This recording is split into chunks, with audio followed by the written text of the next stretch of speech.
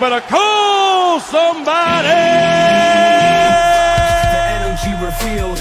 Brooklyn to Queens, reppin' both hoods. Rob and CP, keep it fire, misunderstood. Cheer 'em all loud, let the anthem flow. Mets fans unite at the pregame show. From city stand lights to the skyline greens, it's the heartbeat of Queens, the craziest dreams. Rob hype on the mic, CP's the fire spark. Together they ignite, voices like the park. Fans drift in jerseys, legacy bold. The Metropolitan story forever told. Turnstile spinning, the crowd floods the gates. This is family, no time for debates. Crack of the Batman, the roar never fades. Queens in the blood, it's how champions are made. Cheer 'em all loud, let the anthem flow. Mets fans unite at the pregame show. From city stand lights to the skyline gleams, it's the heartbeat of Queens, the craziest dreams. 7-line swagger, vibes electric and wild. Mets legacy golden since I was a child. Orange crushed skies, let the battle ignite. Ride for the home team till the last fight.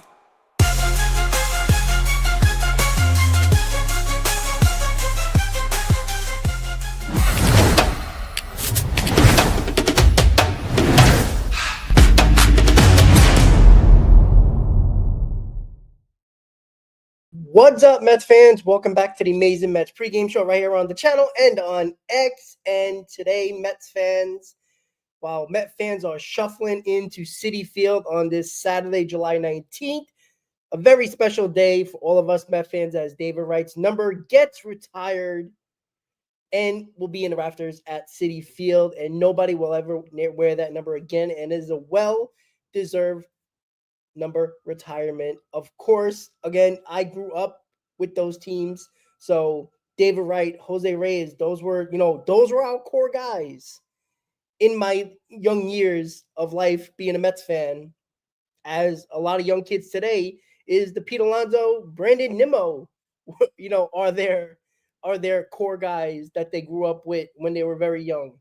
And this is the way I always talk about being a fan of a team, is that, the young generation of the late 90s with the Yankees, and you have those core guys that are still talked about today from fans of that era when they were kids. Same thing with Mets fans with Reyes and Wright.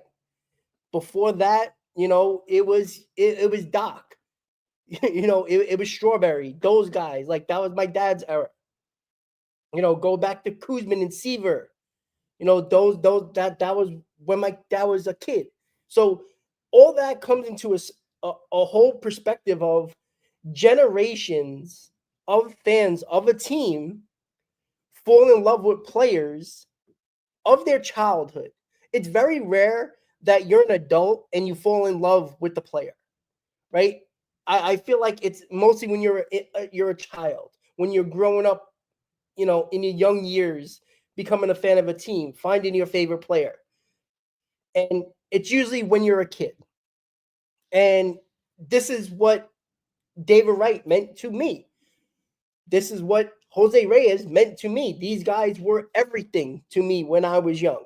How old was I? Maybe 12, 10, around that time when David Wright came up and Reyes came up, and it was just, taking off from there. Now, they didn't have the team success that they probably deserved, but we know who owned the team at the time. And during that time, when the Mets finally started to get good, and a few years after that, after 2006, the Madoff scandal started to hit, and it was downhill from there. So with David Wright's number retirement today, it is definitely important to understand, and Steve Cohen has done a great job with the Mets history over the last 4 years of owning this team. It is huge.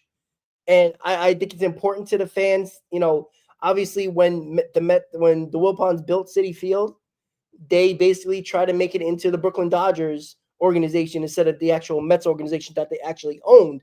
So to see when Steve Cohen came in and put the Seaver statue out there, retired Mets numbers of their ancient back years in history and all that stuff, and what they've done to Citi Field since, making it more orange and blue, making it more Met-like. When you walk out into Citi Field, when you walk into Citi Field, it feels like a Mets stadium, right? That's the whole idea behind it. And that brings out fans. That makes fans. And make no mistake about it, Pete Alonso has made Met fans. And that's important. That's why when you hear about Pete Alonso, it's mostly these kids that are young that grew up watching Pete Alonso since 2019. That is what they know and live by. The same way when I was a kid, I lived by David Wright. I lived by Jose Reyes. That was me, right? When they were notoriously wearing their black jerseys, more often than not, when they had the black shadow in every uniform, from the whites, the pinstripes, everything had a black shadow to it. That was what I grew up with. That's why I'm in love with the black jerseys. I grew up with that as a child. That I bought, I wasn't a big jersey person as a kid either, but I always had the black Met shirt with David Wright, Jose Reyes. God forbid, I actually got a Jason Bay black jersey. That was like one of the last few years they wore their black jerseys prior to that. But I always had David Wright, Jose Reyes. It was just what we did. I had the Cliff Floyds during those years, the best years of David Wright's career, let's be honest. Even though he made the World Series in 2015, it's just a reminder that it is important to celebrate your past, your childhood idol, your favorite player. It's always important to do that. Sometimes as an adult, we lose focus of that. And when you become an adult, you critique these players more than you were a kid, right? Pete Alonso can do no wrong in a kid's eye. Same thing with me, with David Wright and Jose Reyes. They can never do wrong. And when you hear criticism as a child about your favorite player, you think they're insane. But that's the way we sound now. And the transition into last night's game, as it is this very special moment as David Wright never gets retired. Boy, oh boy. This game yesterday was why I don't get excited about Sean Manaea coming back. Why I don't get excited about Kodai Senga coming back. Because what happened yesterday is exactly what I warned you about. Haven't I said this for months? When people are like, oh, when we get Manaea back, when we get Senga back, when we get Manaea back. Yeah, this is what you're going to get. In my insane mind, I don't understand why they bring these guys back to the majors when they're not fully stretched out. I just don't understand it. There was an All-Star break. There was no need to bring Sean Manaea back the series before the All-Star break.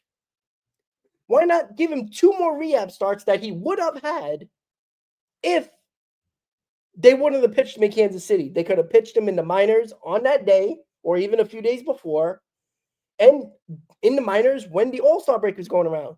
So he would have stretched out to 80, 85 pitches, maybe even 90 pitches. The fact that you took him out in the 4th inning when he was mowing people down, in the 4th inning with 69 pitches, knowing that you were going to a bullpen game the rest of the way, and nobody that anybody cares about, most of these guys are going to be DFA'd in 2 days, is why I tell Met fans, do not get excited about these guys coming back. It is pointless until they're 100% ready to go. Manaea is not 100% ready to go. Yeah, he looked good, but what is 4 innings going to do for us? It clearly didn't help us win a game, right? It didn't. It's stupid. And this was not Mendoza's fault, just so everybody knows. This was pre-planned before the game with the analytical department, with David Stearns. Mendoza has very minimal power when it comes to that. Now, people are like, well, why would you put Carrillo in? Why would you put Wandell in? Why would you put those guys in for? Well, because of the fact they tried to steal a few innings before they put the high leverage guys in.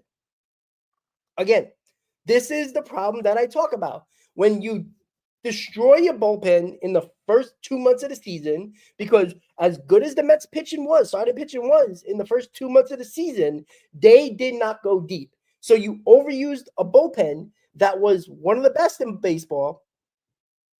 And now with guys still can't go deep into games, you're using guys you shouldn't be using. It's just that simple. I'm sorry. You can't maintain a bullpen, a good bullpen, if your guys are coming out after the 5th inning or earlier. It just doesn't work. Now, what they should have done, if they knew they were going to go to low leverage relievers and basically, the back end of the bullpen type of pitchers after Manaea, was to start a Braziban. Start the game with Braziban and make him pitch an inning or two, and then throw Manaea in the game in the 3rd inning. So if he's going to pitch 4 innings, at least it's the 7th inning where you can use your high leverage guys. But they're so concerned about, well, Manaea's got to get, back to, starting games. Okay, but that was stupid. It didn't make sense. Like, we can talk about the offense all we want. I'm sorry, guys. 8 runs is 8 runs. There was no chance after that those runs came in, after Carrillo just completely blew up. There was no chance. Sorry to say. And again, this Mets offense, and this is a big problem within itself, they'll score in the first 2 innings, and they won't score from inning 3 to inning 7. This has been a trend this year and last year, by the way. From the 3rd inning to the 7th inning, they're non-existent offensively. And then in the 8th inning, I know it was 1, 2, 3. It was pretty quick. But in the 8th and the 9th inning is when they score most of their runs, in the 1st to the 2nd and the 8th and the 9th. That has been their MO. But this is why this is why I'm not blaming Mendoza, because this is David Stern's bullpen. Why I say that DFAing guys after 2 days and bringing in guys from the scrap heap and guys that you never heard of that no team wants and continuing that trend makes Mendoza have no trust in those guys and has nowhere to go in situations like that. I don't think it's successful the way David Stearns does this. I just don't. Sign guys, make trades for guys, and keep these guys in the bullpen. There is no reason why. Mendoza walks in every single day knowing that he's going to look at his bullpen list and names are changing on a daily basis. How does that give a manager confidence in guys he needs almost every single day because of a rotation? But, oh, by the way, that David Stearns built that can't go deeper into games. The only guy that I trust that can go deeper into games is David Peterson. That's a problem. And I told you this from the jump. When Sean Manaea comes back, don't get too excited because he's not pitching much. They're taking him out. This guy is not going to be stretched out until mid-August. He's going to go through 4 or 5 starts, probably not even getting past 90 pitches. And it doesn't matter what inning it is, by the way, guys. If he gets to 90 pitches and it's the 4th inning, he's out. That is the problem. That is the problem. Same thing that goes to Kodai Senga. The reason why Manaea pitched yesterday was because they want to give Kodai Senga a couple more days off out of the All-Star break, and then he'll probably throw maybe 80 pitches. And if we're lucky, he might throw 70. So what are we doing here? And on top of that, you got Clay Holmes. If you knew Sean Manaea was not going to throw more than 70 pitches, why did you start him in the game? Why not throw an opener for an inning or two and then throw Manaea in there so we can try to get you, if you're going to go to the 4 innings or 70 pitches, you at least get to the 7th inning before you have to use a high leverage reliever. But using Manaea, knowing that you're going to use a ton of bullpen when you take him out before 70 pitches, you got Mr. Clay Holmes, Mr. 5 innings himself, pitching today. When was the last time he got through the 6th inning? May? So today, we're going to be using a ton of bullpen arms because I'm going to tell you this right now. That fourth inning is going to be very tricky for Clay Holmes because it always is. That's the inning where he'll throw 30 pitches, walk a few guys, hopefully gets out of it, and then comes out in the fifth, and he'll already have about 75, 80 pitches. So he'll be done by the fifth inning, guaranteed. So that means yesterday we had to use multiple pitchers for 5 innings. Today we're gonna have to use multiple bullpen arms for probably, hopefully 4 innings, maybe 5. So we're using 4 or 5 guys yesterday, 4 or 5 guys today. Who the hell knows what we're gonna get out of Kodai Senga when it comes to pitch count? So in 3 games after the All-Star break, you depleted your bullpen because these guys are gonna throw combined 14 innings in 3 games? How does that excite you, Met fans? That's why it pisses me off. This is why going the cheap route with pitching is not working. It does not, it's not sustainable, guys. I'm sorry to say it is not sustainable. It doesn't work. It's the reason why the Tampa Bay Rays never win World Series. They might make the playoffs. Again, these things can get you into a playoff. Same thing with Milwaukee. The reason why Milwaukee Brewers lost year after year after year and make the playoffs seems like every year is because when you go the cheap route, and again, the Brewers, they just don't have a large payroll. When you go the cheap route, the same thing with the Rays. When you go the cheap route, eventually it comes to roost. This is why you pay pitchers. Yes, it's a risk. We all understand that. But with risk comes high reward. You can't expect every guy to turn a low-risk situation into a high reward. It's not sustainable. It does not work. Like, I don't want to wait until mid-August when Manaea can go past the 5th inning. It's stupid. It does not make sense. And then on top of that, we never know what we're going to get from Kodai Senga because he needs 12 days off before every start.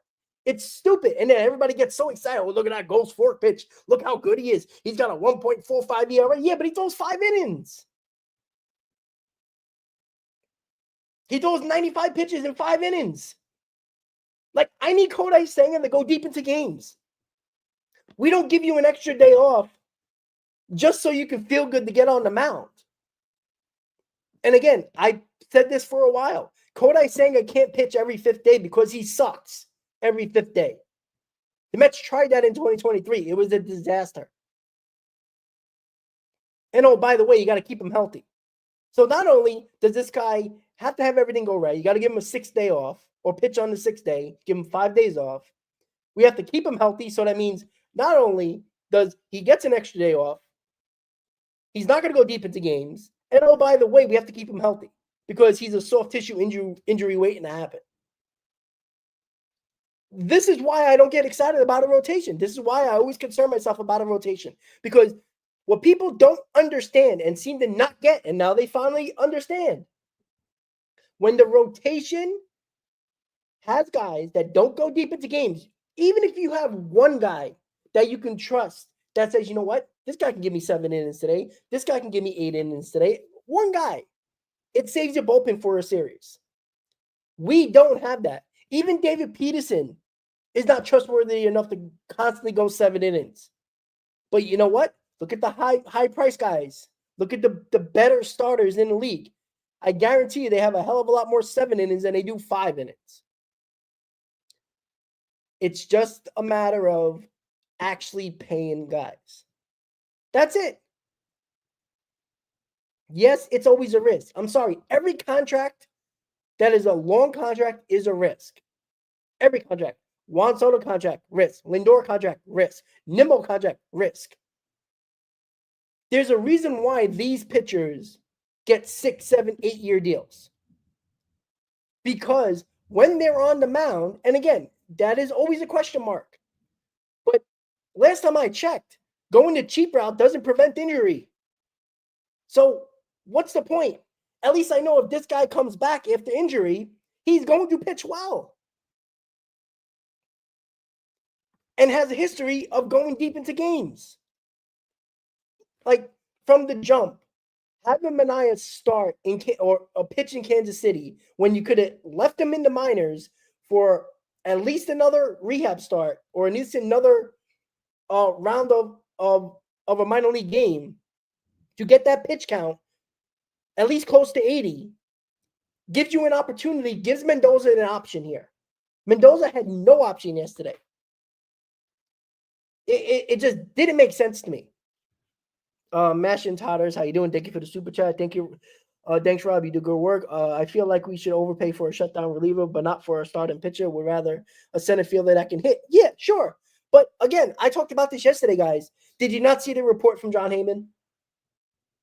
That untouchable prospects are 4 of your top 5 prospects. Who are you really getting? That is going to be impactful, guys. I'm sorry to say, but that is the dumbest fucking thing that you could do as a GM by having that many untouchables. 1 or 2, I can handle. But 4 out of your top 5 prospects is stupid. Is idiotic. I just don't understand. It's so stupid. And we all know John Heyman didn't get that from David Stearns. So this is John Heyman going to other executives that probably have spoke to David Stearns already in trade talks. And when teams are asking Stearns for Williams or Tong or McLean or Sproat, and the answer is no very quickly, why would that team even talk to David Stearns again? Because there will be somebody out there that will give a top 5 or 2 prospect for their player. And this is what I talk about when you've heard the Phillies and Dave Dombrowski said it again. This is an all-in type of team. He said that on broadcast on a Phillies game. That team's in your division the last time I checked. The Cubs are going to do it because they're not sure they're going to retain Tucker. So they're going to go for it. The Dodgers always go for it. So if you're not going to slightly overpay or even overpay for what you need, you're not getting the guys you want. You might get the second fiddle guys, which exactly what David Stearns is going to do. And you hope that you hit lightning in a bottle with these guys because that is what David Stearns wants. He wants low value, high reward on almost everybody. It's not a successful plan. It's not a sustainable model. It's not. David Stern has won nothing. All right, in a period where more teams make the playoffs, we gave David Stern so much credit for what? Never making the World Series with the Brewers, making what, 1 NLCS, and they constantly failed at the things they probably needed at the deadline because they weren't able to take on money because the owner didn't want to take on more money. And David Stearns thought, well, I can just do what I need to do, on the low end of trades and low end of the waiver wire at the time, or getting, small contracts for, not really good players and hope for the best. That is the problem. I just don't understand why people don't realize this. And again, do I think he's a bad GM? I don't think so. But when you have the money, nobody's saying to spend money on every single top free agent on the market. Except, the Dodgers can do it. Everybody's okay with that. But you never had an ace of a staff. I told you this from the jump. Manaea is not an ace. He's not. Kodai Senga is not an ace. An ace is defined as somebody you can trust every 5th day. I'm sorry, you can trust those guys. I don't. I don't think David Peterson is good enough to be considered an ace and even a top line starter. I think he's fine. I think he's really good, but not enough. So what are we doing here? You really think we're going to get a top line starter? And this is what the rumors never make sense. Over the last couple of days, the Mets are going to look at high value starting pitchers. How? You think you're getting Zach Gallen for a 15th-ranked prospect and a 12th-ranked prospect? Not happening. You think you're going to get a top-line starter without giving one of your top 3 pitching prospects? Come on, guys. Come on. Excuse me, guys. Sorry about that. Obviously, guys, I told you yesterday I'm under the weather. My voice is still here, kind of. But if I cough unexpectedly, I do apologize in the mic. Sometimes it just comes out of nowhere. I apologize for that. What Johnny, would I bring back Lugo, Severino, or DeGrom? DeGrom's not happening. I just want to let you know that. I know that's everybody, Mets fans' dream, but he has a no-trade clause. He's not moving to Texas to New York again. He's just not doing it. Yeah, I think Lugo and Severino are options, but how likely is it if a team like the Cubs, team like the Dodgers, team like the Yankees, that are probably going to go after high targets, top line, I would say at least number 2 type starters, and you don't think they're going to give a better package than the Mets? Again, if that untouchable list is true of Williams, McLean, Sproat, Tong, if they're untouchable, why would the team even bother? Like, I just don't understand. And oh, by the way, Elian Pena, who is, what is he, never 7th-ranked prospect? We just signed him to an international deal. He ain't going anywhere. So that means 5 out of your top 7 prospects are probably untouchable. So you're working with 5 guys. Drew Gilbert, who has struggled. Ryan Clifford, who has been good, but I don't know how other teams value him. Carson Benj was David Stern's first draft pick running the Mets. So is he available? Like, that's what I just don't understand. So I just don't understand the fact how everything plays out. Like, in June, we basically had no pitchers going every single day. It was David Peterson and nobody else. That was the perfect time to bring up Sproat or Tong or McLean, 2 of those guys, to pitch 3 or 4 games over that month. But they didn't do that. So I question, if you're not going to use these guys in your biggest areas of need, during the biggest time of need when your guys are injured, and these guys are also untouchable, what are we doing? I don't complain about prospects if you're going to use them to help this team. I have no problem with that. In June was the perfect time to do it. The deadline was still a month and a half away. You get to see these guys firsthand. You get the fans excited a little bit. You might hit lightning in a bottle with one of them, and they might show you that they belong. And if they don't, then you bring them back down to the minors, and you're like, all right, these guys are not ready yet. Your fans saw it, right? If Tom McLean, let's say Sproat and McLean came up and pitched in June, 3 or 4 starts. But, we're okay, nothing special. But they didn't look ready. Met fans aren't going to clamor for that. All right, they still need development. Fine. Go out and get guys. But how are you going to do that? Like, what are we going to get? Another Paul Blackburn type? How is that helping this team? Mastiff, I'm open to trading anybody. I don't give a damn. I think it's malpractice of David Stearns to not have every single player available, from prospects to maybe 1 or 2 guys on your current roster. I think it's malpractice. You should never go into a trade deadline. Now, obviously, you have your favorites. Obviously, you wouldn't like to give Jet Williams. You wouldn't like to give Jonah Tong or McLean or Sproat in any trade deal. But let's say whoever the biggest guy on the market is in the rotation, that is a rotation arm, top 2 guy, ace type guy. There is no reason why anybody should be untouchable for that guy. That guy can be a difference. You're not bringing up these kids. There ain't going to be difference makers this year. So what are we doing?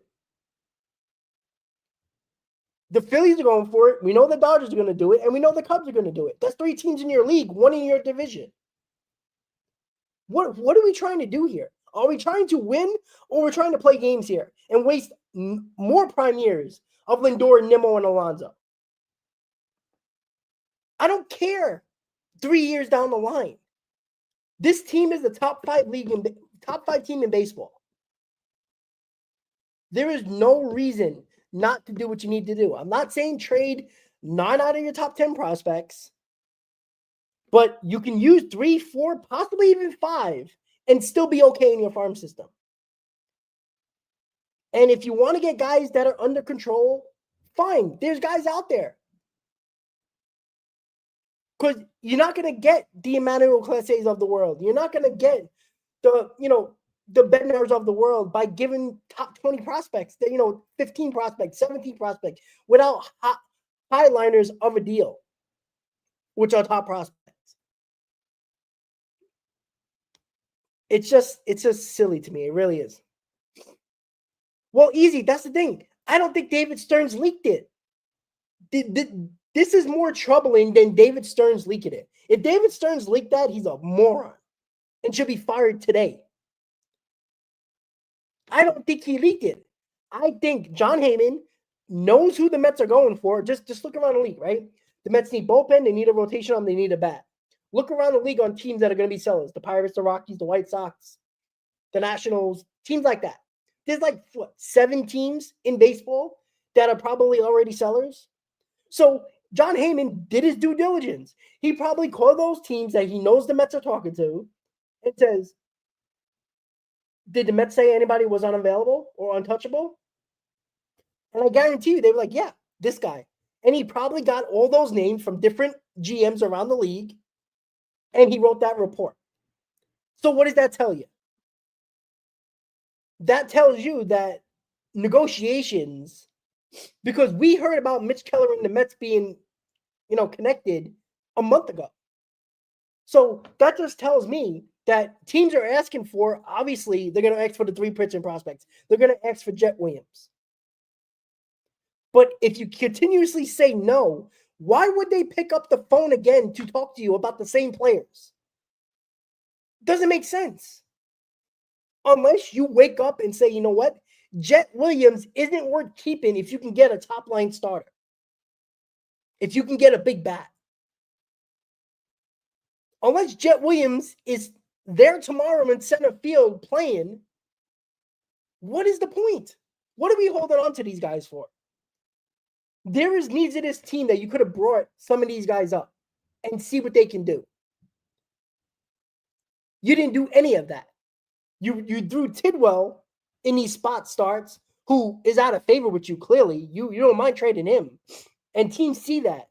Oh, why are you using Tidwell? He was your top 15 prospect. Why are you using him for? But you're not using the other guys that might be better.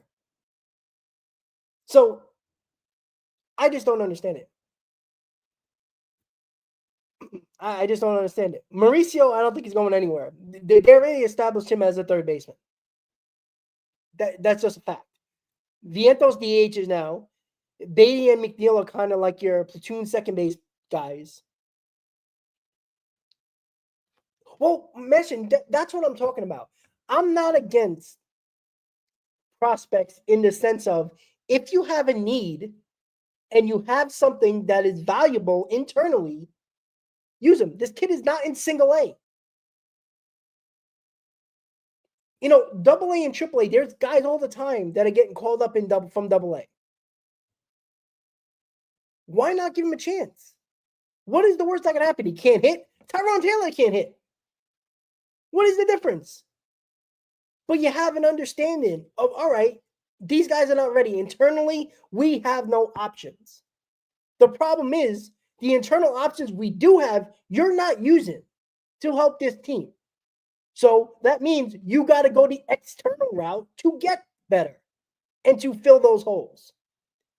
But you're not willing to give up 4 of your top 5 prospects in any deal.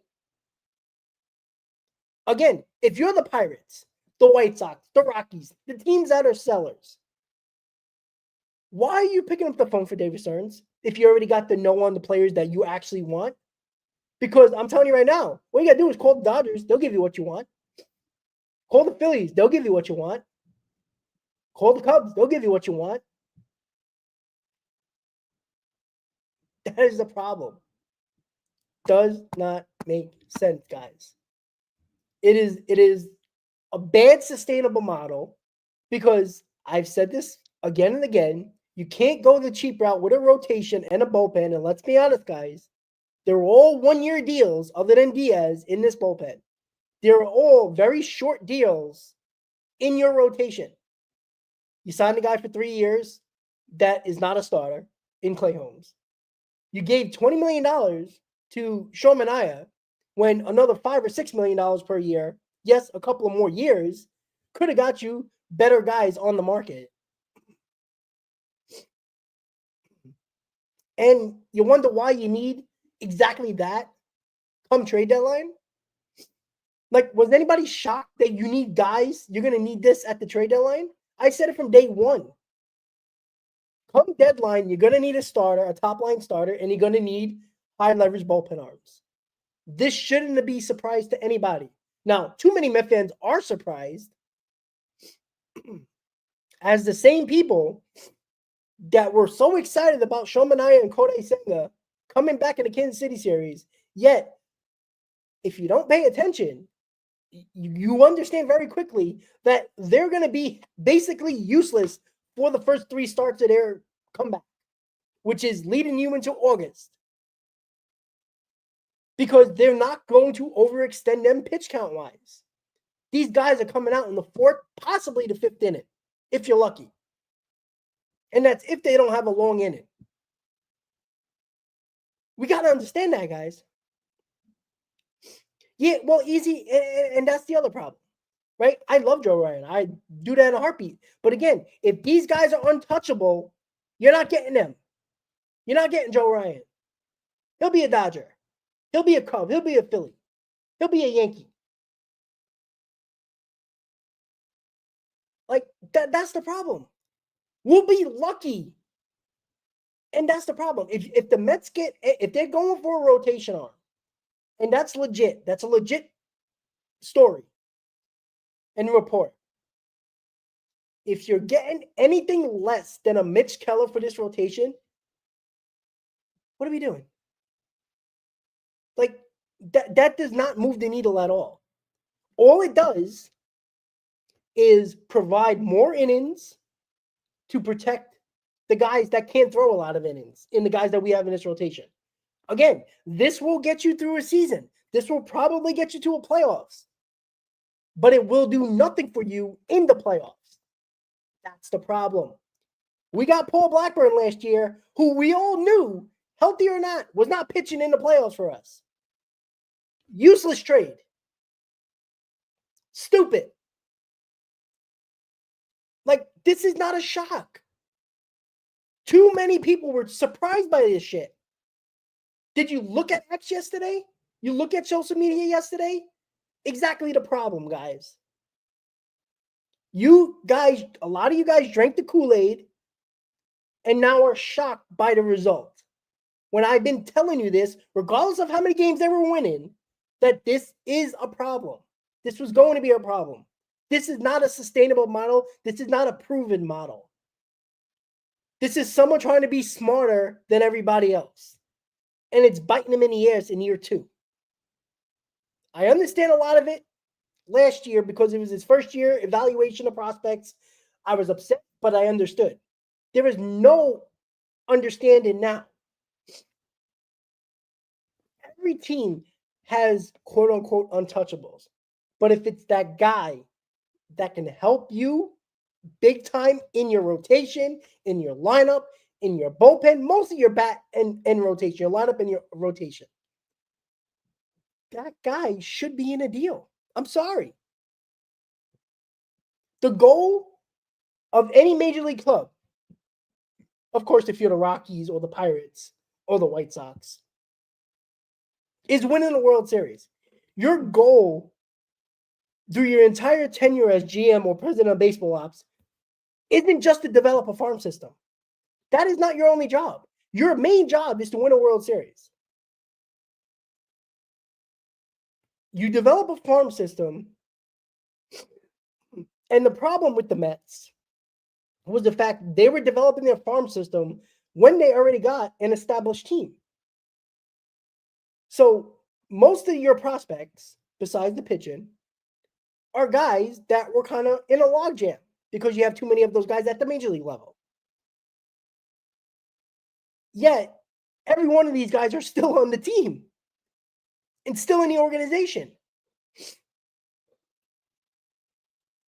If Jet Williams is so good and so untouchable, throw him in center field for the New York Mets. What is he going to not hit like Tyrone Taylor? Great. Now we know.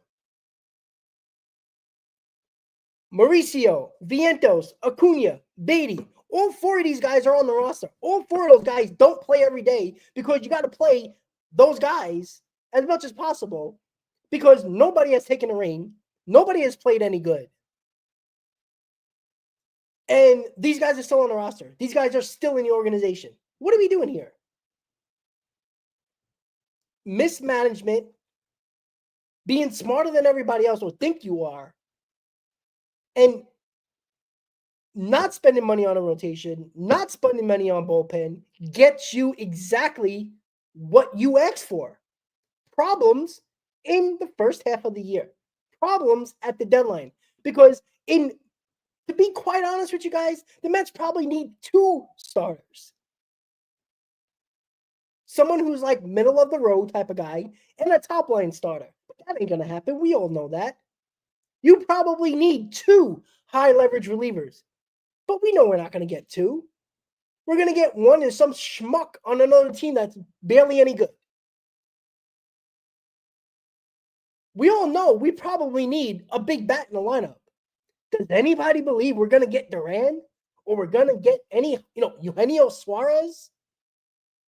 Are you out of your mind? When other teams need the same exact thing and you know they're going to overpay or even put a better package than the Mets? That's why when I do trade packages, I'm realistic. And I do trade proposals, I'm realistic because I don't trust David Stearns. My videos that I've done, and people are like, well, that's not going to be enough. Yeah, no shit. But I'm trying to be realistic about David Stearns and what he's going to do. That's why when I do a trade and I put Josh Naylor in the middle of it, that is probably the guy we're likely to get. You know why? Because he ain't going to cost more than a Duran or Eugenio Suarez or another better bat. Josh Naylor can be good for this team. I don't think it's going to be a bad move. But that's what you're looking at because of the fact you're not willing to give up what other teams are willing to give up. And the reason why the Mets have failed for many years, not just this year or last year, many years, because you didn't go for it. So we'll see, right? We're retiring David Wright's number. You see the Mets lineup for today. Clay Holmes is on the mound. Nick Martinez for the Reds. You got Nimmo back to leading off, thank God. Got Lindor batting second, Soto, Alonso, Vientos batting fifth and DHing. McNeil playing center field, batting sixth. Ronnie Mauricio, third base, batting seventh. Brett Beatty playing second base, batting eighth. And Luis Torrens catching and batting ninth. I do apologize. My voice is kind of going. I feel it. Excuse me. And I'm screaming my lungs out because this team drives me nuts. Yeah, Dolo, we hope Clay Holmes can go through 5 innings. But we know when he gets to the fourth inning, he'll throw 30 pitches. Maybe even shock you and throw 35 pitches. And then it'll be out, hopefully, after the fifth inning. But I have no confidence going to the sixth inning. So expect another 4 or 5 bullpen arm day. Now, and then you got Kodai Senga tomorrow, which, again, who the hell knows what you're going to get. He throws a ton of pitches anyway. So I just don't understand. I just don't. Yeah, it's like Roger Dunya. So true. That is a good comparison, Oliver. Yeah, Joe. Well, I said that from day one. I'd always thought Clay Holmes was going to end up in the bullpen. I think it's idiotic to think that the Mets are going to get 2 high leverage arms at this deadline when you're already not giving up half your farm system or your top 10 farm system, and you're untouchable. Excuse me. So, that's the idea, right? I don't mind moving Clay Holmes to the bullpen, but you can't do that unless you get a at least a top 3 starter in here. That's the problem. That's why one correlates with another. Clay Holmes is not going into the bullpen. If you get a guy like a Paul Blackburn type, you're not moving Clay Holmes out of the rotation for a guy like a Paul Blackburn type that you trade for. How does that make any sense? It's stupid. Yeah, well, committee. I mean, it's not like we threw anybody good. So, I understand that. But, within itself, the plan to start Manaea in Kansas or pitch Manaea in Kansas City was stupid. Because he could have had 2 more starts from that point of the Kansas City series in the minors and the All-Star break. He could have had 2 more starts where he would be able to stretch himself out to 80, 85 pitches. And then when he does get back to the majors, you don't got to worry about picking him out before 70 pitches. That's why it doesn't make sense. That's why I don't get excited about this nonsense when people are like, oh, we can't wait for Manaea to come back. Why?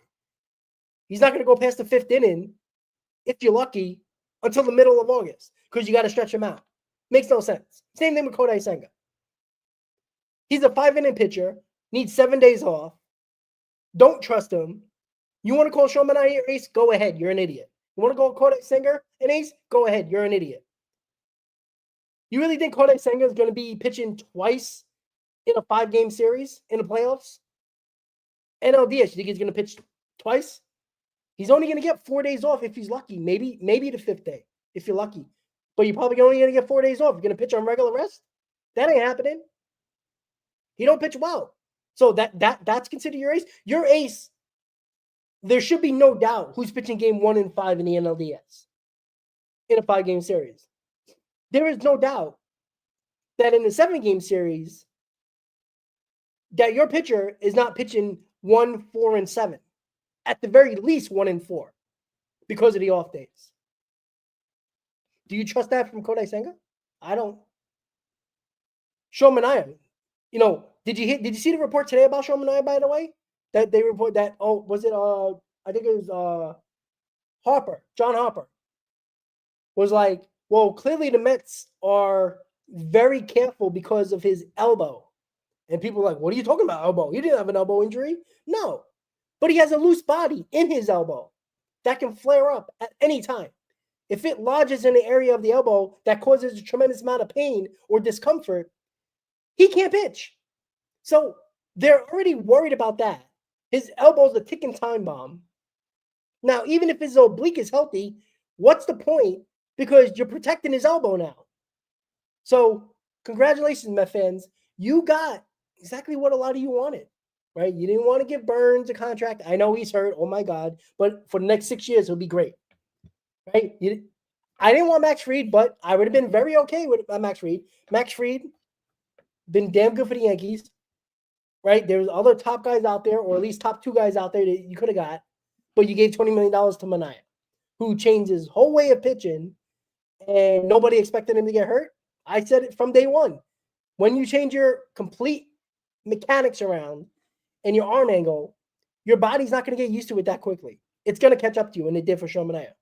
So, a lot of Met fans were very happy with bringing back Sean Manaea, with getting Clay Holmes, which I said from day one, he should be in the bullpen, never a starter.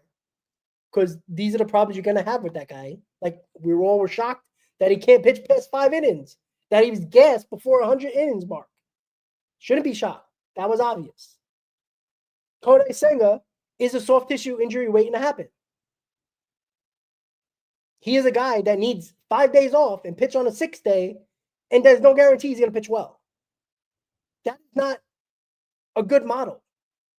But everybody wants to talk about the Ghost Fork pitch and how great Senga is. He's not great.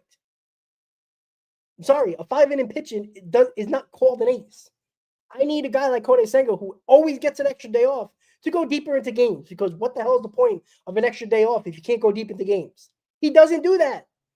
If he was doing that, I wouldn't have no complaints. If he was going consistently 6 innings or more in a lot of his starts, not all, but a lot of his starts, then that 6th day would mean something to me. I would understand it. I would get behind it. But that 6th day, that pitching on the 6th day with 5 days off doesn't do anything for me because he throws 5 innings. And everyone's like, whoa, look at that. He threw 1 run, 5 innings. Like, we want you to pitch well, but we need length. I don't want to use 5 bullpen arms every single day. And then people bitch and moan. Oh, look, Brazoban is not good. Garrett's not good. Oh, Stanek's not good. These guys are good. But you can't – they thrown 50 innings in the first half of the season. That's not sustainable. I don't care who you are. You're going to struggle. So the point of the matter is, when you fail, and that's what it is, when you fail at a rotation because you want to go the cheap route in your bullpen, any rotation, you gave all 1-year deals to your bullpen. When you go the cheap route of low years, low price for starting pitching, you're clearly going to end up at a deadline needing both of those things. And not, little guys here or there. If you needed a 4th starter because your rotation is so good, I wouldn't be complaining about that. But you don't need that. In all realistic terms, in the perfect world, you need 2 big rotation arms, or at least 1 big one and 1 middle of the road. That's not happening. You need 2 high leverage bullpen arms. That's probably not happening, especially if the guys that I just mentioned not too long ago are untouchable. With the game yesterday, it all came to perspective for everybody. That excitement you got for Manaea starting, coming out of the All-Star break, turned out to be a very damper mood on fireworks night at Citi Field. You know why? Because they're going to protect that goddamn elbow. And he wasn't stretched out enough in his rehab stops. So what are the rehab stops for other than stretching him out? Like, come on. And now you got Mr. Clay Holmes, Mr. 5 innings. I'm going to throw 30 pitches in a 4th inning while I dominate the first 2. I'm going to put 100 men on. I'll probably get out of a couple of them, but I'll throw 30 pitches in a 4th. So by the 5th inning, I'll have 75 pitches, and then I'll throw another 15 in the 5th, and I'm out 90 pitches in 5 innings. So we got to use 4 guys in our bullpen yet again. And by the way, we lost yesterday. So, to avoid losing the series to the Cincinnati Reds, we got to use all our high leverage arms today. And by the way, Mr. Kodai Senga, Mr. 5-inning pitcher, who everybody thinks is, a god, is going to throw 5 innings tomorrow. You got to use another 4 guys in the series finale.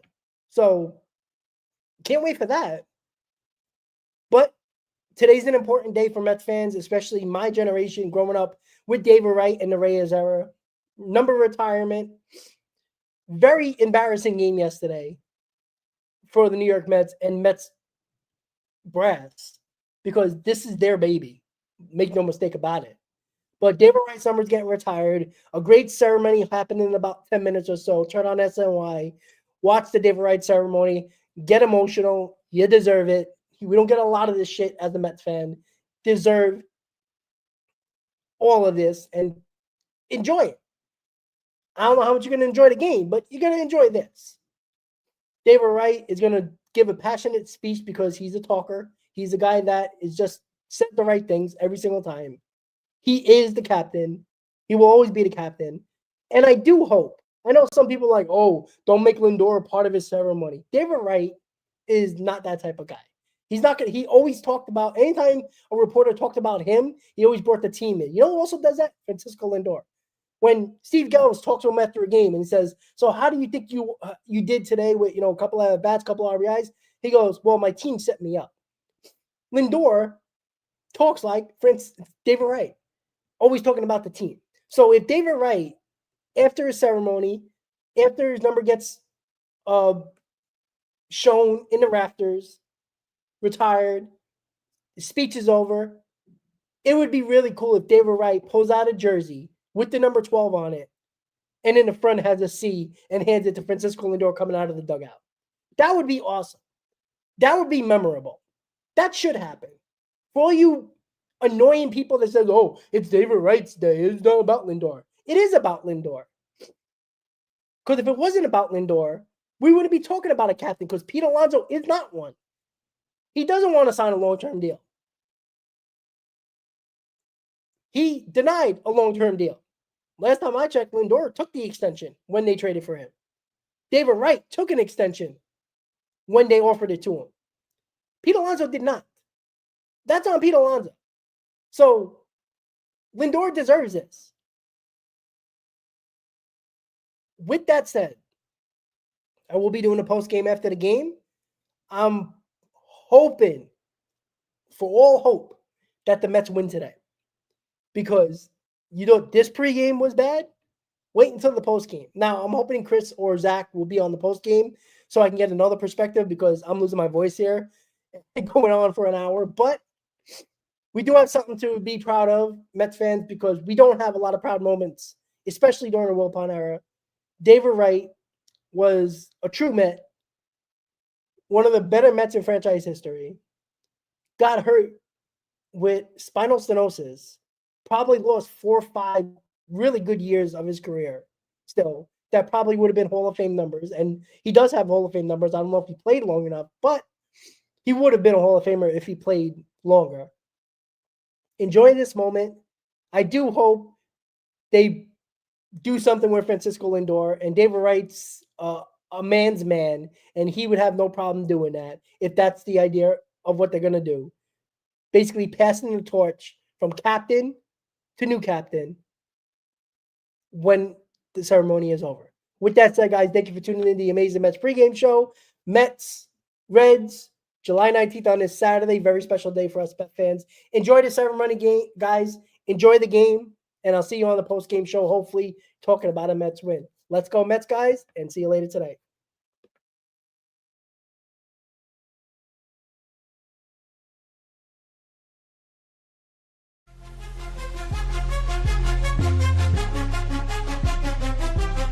Seven train rumble, headed to the field. Orange and blue vibes, the energy revealed. Brooklyn to Queens, repping both hunts. Rob and CP, keep it fire, miss.